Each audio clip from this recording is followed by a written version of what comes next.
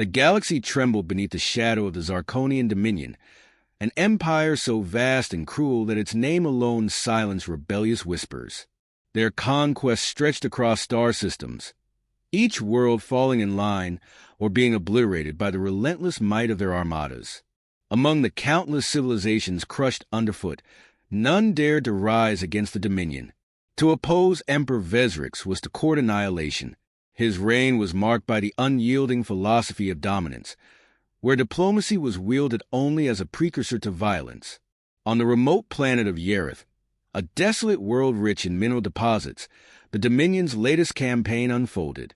The local populace, a meek, insectoid species called the Thrilk, pleaded for mercy. Their emissaries, fragile and trembling, stood before Vesrix's emissary, Commander Arvok, a towering figure clad in black armor that gleamed like an obsidian storm. Without a word, Arvok raised his plasma weapon and vaporized the lead emissary. The others recoiled in horror as Arvok's voice boomed across the chamber. Submission, he said coldly, or extinction. There was no negotiation. There never was. The Thrill capitulated, offering their planet's resources and their people as slaves. As Dominion ships descended to strip the planet bare, the remaining civilizations in the galaxy watched in muted terror.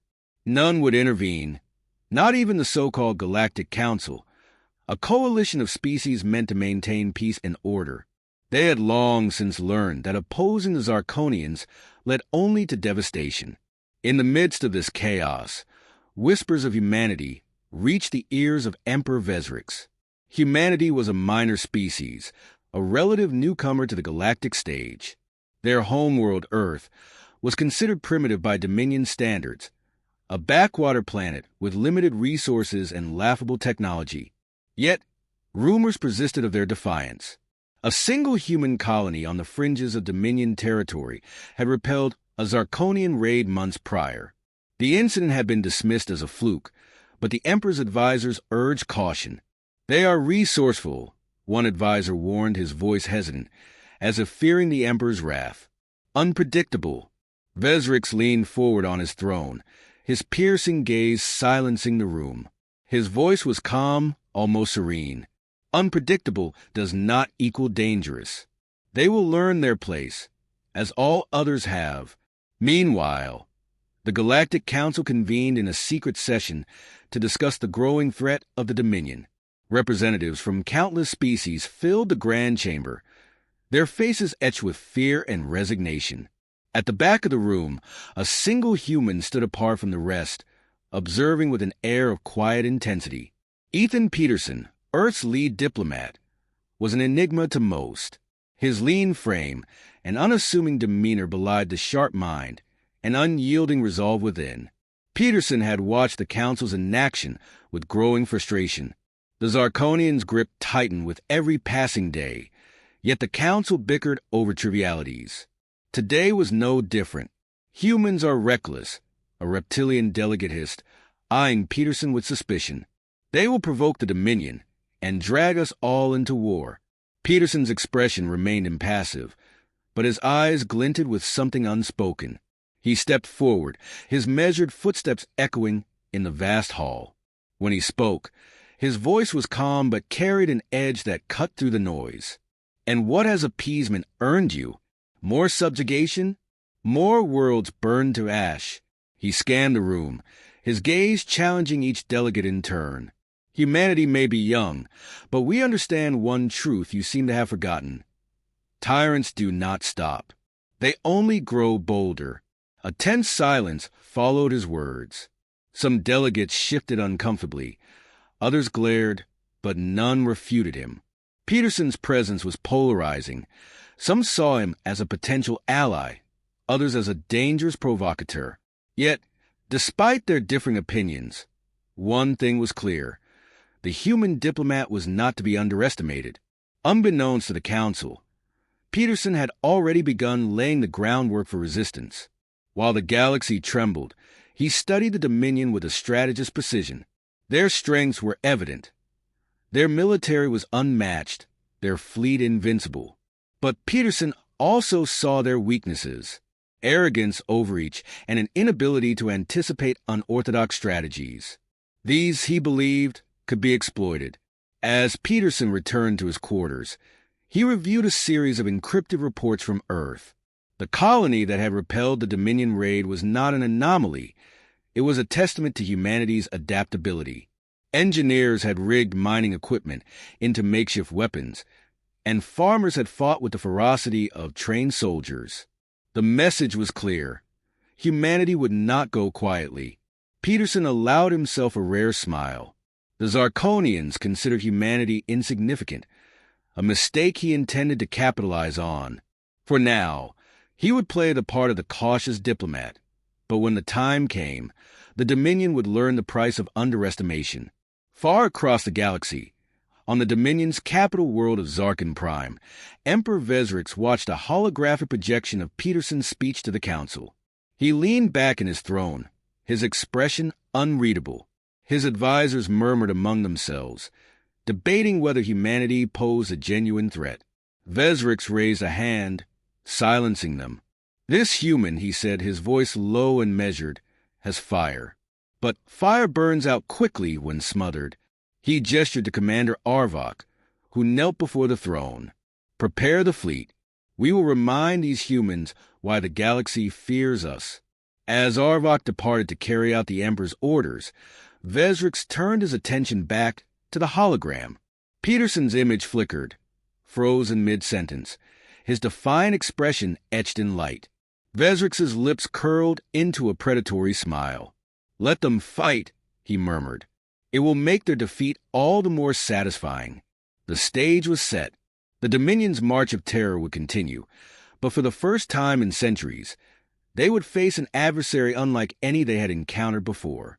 Ethan Peterson, the human diplomat, was ready to play the game, and humanity, underestimated and overlooked, was prepared to turn the galaxy's darkest empire into its gravest mistake. Kevin Peterson stood in the center of the war room on Earth, a stark contrast to the chaotic energy that filled the space. Around him, generals and strategists argued over projections and battle plans, their voices rising in heated debate. Peterson said nothing, his sharp eyes moving from one holographic map to the next. Each highlighted a potential target. Each marked a decision that could determine humanity's survival. Diplomat Peterson, a grizzled general, growled, slamming his fist onto the table. "You're the one insisting on this strategy of yours. It's time you tell us how stalling will save us when the Dominion's fleet comes knocking." Peterson turned slowly, his face calm and unreadable. "Stalling," he said, his voice measured, "is not the plan. The plan is to ensure that when the Zarkonians commit their forces, they commit completely. No half measures, no retreats. We need them to believe we are weak enough to crush swiftly, but just strong enough to pique their arrogance." The room fell silent, the weight of his words sinking in. Peterson walked to the center of the hologram, his presence commanding.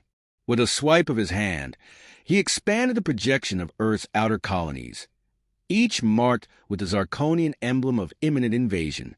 Their arrogance is their greatest weapon and their most exploitable flaw. Peterson continued. "They see us as nothing more than a nuisance, a backwater species trying to play in a league far above its station. That is why they will make mistakes. And when they do, we will be ready." One of the younger officers leaned forward, skepticism etched into his face. "And what if they don't take the bait? What if they decide to wipe us out from orbit?" No questions asked. Peterson glanced at him, a flicker of steel in his gaze. "They won't. Vezrix is not a mindless brute. He's a tyrant, yes, but he is a methodical one. The Dominion thrives on fear, on the slow, public breaking of those who resist. They'll send their envoys first. They'll demand surrender.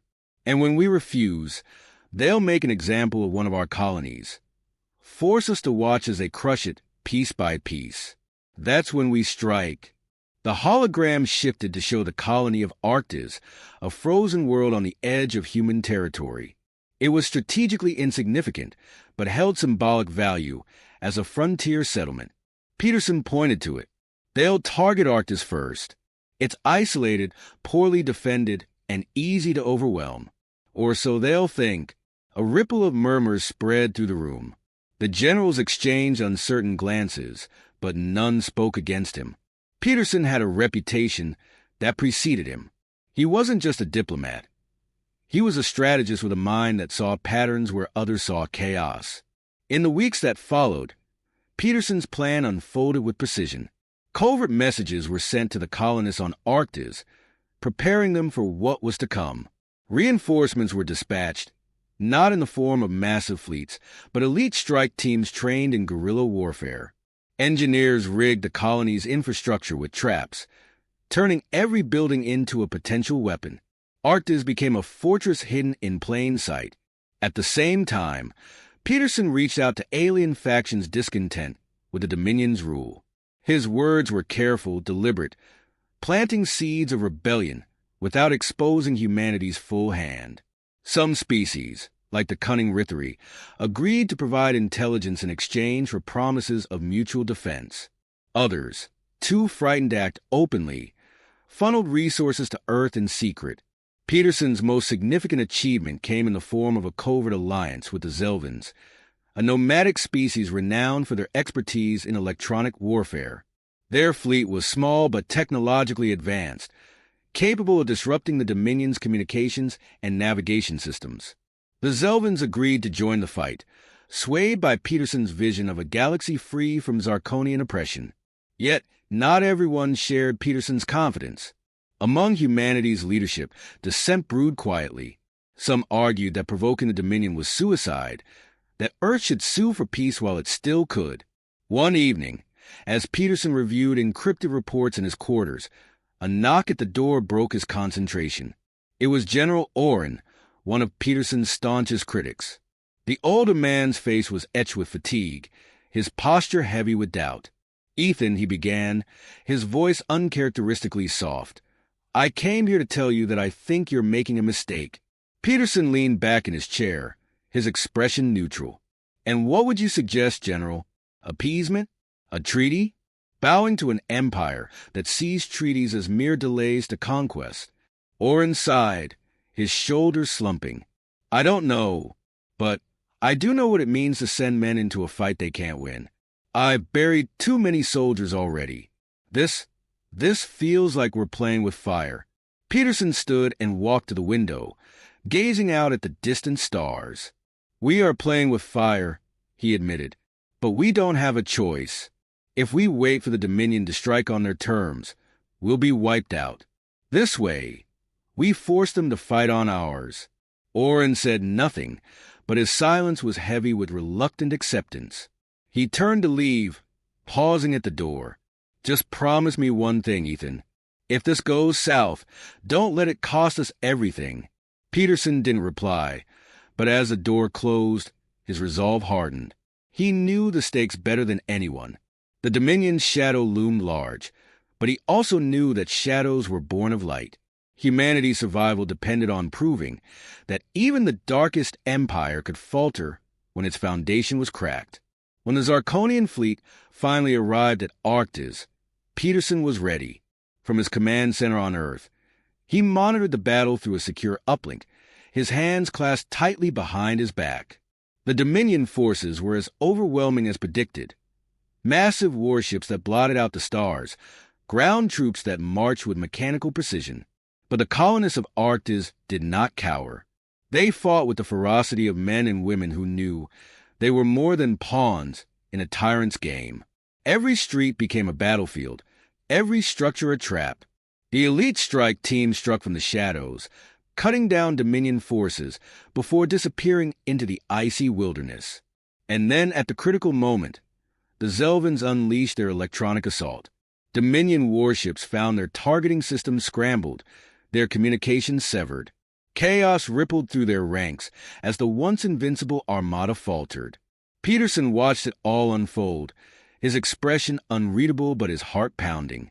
This was only the beginning, a single battle in a war that would define humanity's place in the galaxy. But it was a victory, a crack in the Dominion's armor.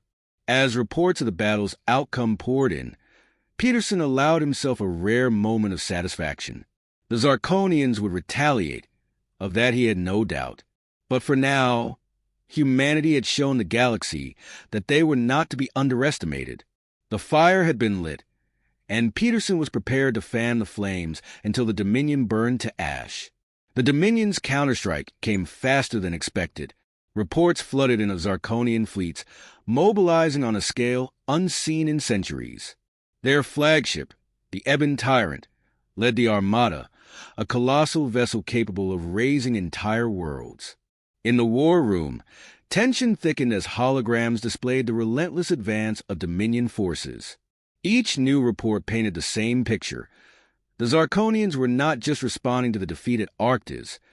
They were intent on annihilating humanity in one decisive blow. Kevin Peterson stood at the center of it all, his face a mask of composure. The strategies that had worked at Arctis would not hold against an assault of this magnitude.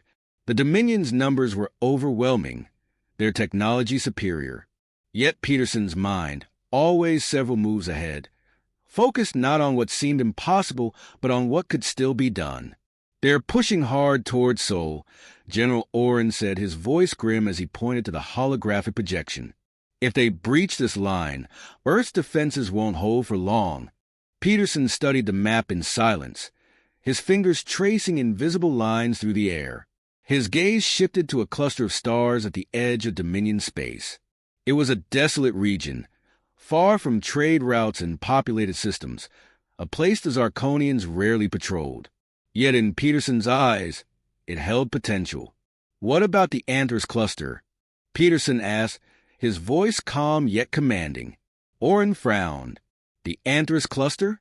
It's a wasteland. No resources, no strategic value. They'd never expect us to make a stand there."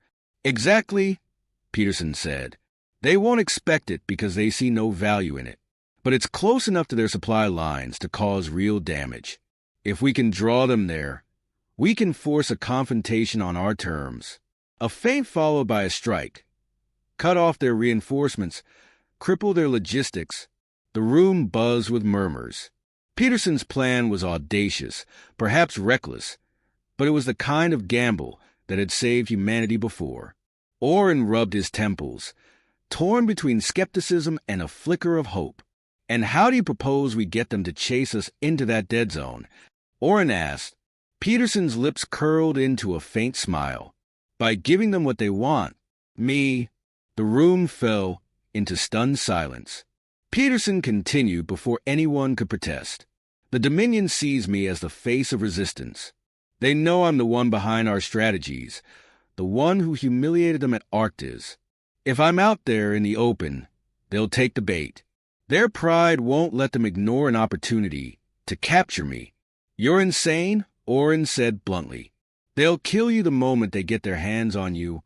"Perhaps," Peterson replied, his tone unshaken. "But if my capture can buy us time to deliver a decisive blow, it's a sacrifice I'm willing to make." Despite the objections from the assembled leaders, Peterson's plan took shape. He would board a decoy vessel, broadcasting his location while leading a small fleet toward the Antares cluster. Meanwhile, the bulk of humanity's forces would lie in wait, ready to ambush the Dominion once they committed their forces. The day of the operation arrived quickly. Peterson stood on the bridge of the Resolute, the decoy ship designed to mimic a high-value command vessel. Its corridors were lined with hastily assembled defenses, but Peterson knew they would offer little protection if the Dominion unleashed their full fury. As the Resolute entered the Antares cluster, Dominion ships appeared on the long-range sensors. Peterson's gamble had worked. The Zarkonians were coming for him. The Ebon Tyrant led the fleet, its dark hull glinting ominously in the starlight. Peterson watched the readings, his expression calm, but his heart racing. "They've taken the bait," Captain Dren, the ship's commander, said. "Good," Peterson replied. "Transmit the signal to the fleet. Tell them to hold position until the Dominion commits fully." Hours passed like an eternity as the Dominion closed in. Peterson's broadcast continued, taunting the Zarkonians, daring them to strike. He played the role of a defiant human perfectly, knowing that every word stoked their fury. Finally, The Dominion forces arrived in full, surrounding the Resolute. The ebon tyrant loomed before them, its weapons systems primed. Peterson stood at the command console, his expression unreadable. "This is it," Dren said quietly. "We won't last long against that firepower." "We don't have to," Peterson replied. "Not alone." As the Dominion prepared to fire, the trap was sprung. Hidden among the debris fields of the Antares cluster, humanity's fleet launched its ambush. Zelvin ships emerged first, their electronic warfare systems disrupting the Dominion's targeting arrays. Missile barges followed, striking vulnerable points on Dominion vessels before they could react. The ebon tyrant turned its massive guns toward the attackers, but Peterson had anticipated this. The Zelvins unleashed a second wave of jamming signals, blinding the flagship sensors. At the same time, Earth strike teams boarded Dominion ships, disabling critical systems and sowing chaos among the enemy ranks. The battle raged on, the Antares cluster lit up with fire and destruction. Despite the odds, humanity's forces held their ground, their determination unyielding. Peterson remained on the bridge of the Resolute, directing the operation with precision. As the Dominion fleet began to falter, Peterson saw his moment. "Target the ebon tyrant," he ordered. "If we can take out their flagship, the rest will fall into disarray." The Resolute unleashed its payload, a concentrated barrage aimed at the ebon tyrant's engines. The flagship shuddered under the impact, its massive form listing slightly. But it wasn't enough to destroy it. Peterson knew what had to be done. "Captain Dren," he said, his voice steady, "prepare for ramming speed." Dren stared at him in disbelief. "You can't be serious. We won't survive that." "We don't need to," Peterson replied. "We just need to ensure they don't either." Before Dren could argue further, Peterson locked the controls and set the Resolute on a collision course with the ebon tyrant. The crew evacuated as escape pods launched into the void, leaving Peterson alone on the bridge. As the Resolute hurtled toward its target, Peterson's mind was calm. He had played his part, set the pieces in motion. The rest was up to humanity. The impact was catastrophic. The Resolute struck the ebon tyrant with immense force, tearing through its hull and igniting its core systems. The explosion that followed was blinding, a burst of light that signaled the turning point of the battle. In the aftermath, humanity's fleet pressed their advantage, routing the remaining Dominion forces. The ebon tyrant was gone, and with it, the Dominion's aura of invincibility. Peterson's sacrifice was not in vain. The victory at Antares marked a shift in the war, a moment when humanity proved they could stand against even the galaxy's most feared empire. Yet, as the news spread across the stars, one question lingered in every mind. Had Peterson truly perished in the flames, or was this only the beginning of his legacy? The aftermath of the battle at Antares Cluster reverberated through the galaxy. News of the ebon tyrant's destruction spread like wildfire, igniting hope in the hearts of oppressed species while plunging the Zarkonian Dominion into chaos. The Empire's once unchallenged fleets now scrambled to regroup, their morale shattered. Yet for humanity, this was only the beginning. In the command chamber of the Vanguard, Earth's new flagship, General Oren addressed the gathered leadership. A holographic map of Dominion space hovered before them, its borders glowing ominously. At its heart lay Zarkor Prime, the Dominion's capital, a fortress world protected by layers of planetary shields, orbital defenses, and an armada that dwarfed even humanity's combined forces. "This is the key," Oren declared, his voice firm. "If we take Zarkor Prime, we shatter the Dominion's command structure. Their empire will collapse under its own weight." Murmurs of agreement rippled through the room, but the enormity of the task was undeniable. Every scenario ran the same risks: catastrophic losses, potential failure, and the looming threat of extinction if humanity faltered. Kevin Peterson's absence hung heavy in the air. Though presumed dead, his strategies had become the backbone of Earth's resistance. It was his foresight that had turned desperation into defiance, and now, in his honor, humanity prepared to make its final gambit. "We can't attack Zarker Prime directly," said Admiral Reyes, his grizzled features etched with resolve. "Their defenses are impenetrable. Even if we could break through, the cost would be staggering." Oren nodded. "Agreed. Which is why we won't attack directly. We'll draw them out." Reyes raised an eyebrow. "How?" Oren's gaze hardened. "By turning their own arrogance against them." The plan was audacious, a calculated risk that required precision and unwavering resolve. Earth's forces would launch simultaneous strikes on key Dominion outposts, targeting supply lines, communication hubs, and strategic resources. The attacks would create the illusion of a scattered, desperate offensive, baiting the Dominion into stretching their forces thin. But the true objective lay hidden within the chaos. A small, elite strike team would infiltrate Zarker Prime, bypassing its defenses through a secret route identified by Zelvan intelligence. Their mission: disable the planetary shield generator, leaving the capital vulnerable to orbital bombardment. At the heart of the operation was Captain Dren, the seasoned leader of Earth's most skilled operatives. Having survived the Andrus cluster, Dren had been chosen to lead the mission, a responsibility he bore with solemn determination. "The odds are slim," Dren admitted as he briefed his team aboard the Vanguard. "But slim odds are better than none. This is our shot to end the war. We succeed and humanity has a future.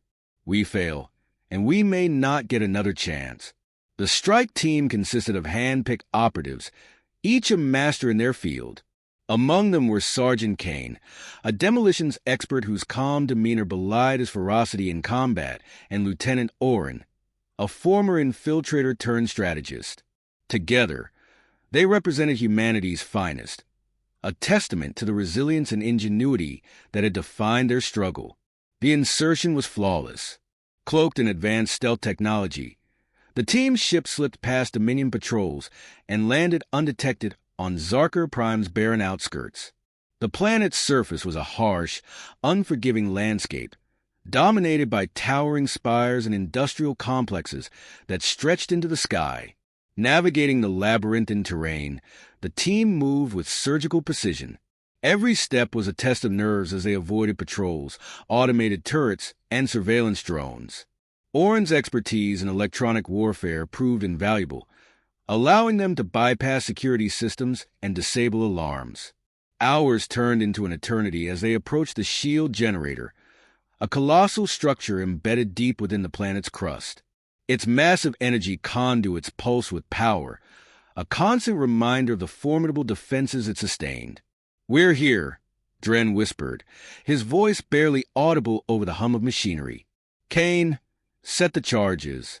Oren, cover our escape route." The team sprang into action, their movements synchronized with practiced efficiency. Kane carefully placed the explosives along the generator's critical junctures, each charge designed to deliver maximum impact. As the final charge was armed, an alert blared, shattering the silence. The Dominion had detected their presence. In an instant, the facility came alive with activity as Zarkonian soldiers poured in, their weapons blazing. "Hold them off!" Dren shouted, his voice cutting through the chaos. The team fought with ferocious determination, their training and cohesion giving them a fleeting advantage against the overwhelming odds. Oren's quick thinking turned the environment to their favor, rerouting energy surges to disable enemy reinforcements. But the Dominion's numbers were relentless. Kane took a hit to the shoulder, gritting his teeth against the pain as he continued to lay down covering fire. Oren, though wounded, managed to trigger a cascade failure in the facility's automated defenses, buying precious seconds. "We're out of time," Dren yelled. "Detonate the charges." Kane's bloodied fingers hovered over the remote detonator. "We won't make it out if I blow it now." "That's an order, Sergeant," Dren barked. With a grim nod, Kane pressed the trigger. The explosion was deafening, a chain reaction that tore through the generator and sent shockwaves rippling across the planet. The shield faltered, its shimmering barrier collapsing as the energy grid imploded. Above Zarker Prime, humanity's fleet awaited the signal. The moment the shields went down, the Vanguard unleashed its arsenal. Orbital strikes rained down on the capital, targeting key military installations and command centers. Dren's team fought their way out of the collapsing facility, their bodies battered and their spirits unyielding. As they emerged into the open, a transport ship descended to extract them, its engines roaring against the inferno. Back aboard the Vanguard, Orin and Reyes watched the destruction unfold. The Dominion's forces scrambled to defend their capital, but their coordination faltered in the face of humanity's relentless assault. "This is it," Orin said, his voice heavy with both relief and sorrow. The beginning of the end, as the Dominion's fleet fractured and its command structure crumbled. Humanity's victory seemed inevitable. Yet the cost was steep, and the war had left scars that would take generations to heal. Amid the celebrations, a message arrived, encoded and bearing Peterson's personal signature. It was brief, a single line that sent chills through Orin's spine. Phase 1 complete. Prepare for what's next. Orin stared at the words, a mixture of hope and dread washing over him. Humanity had won the battle, but Peterson's warning was clear. The war was far from over.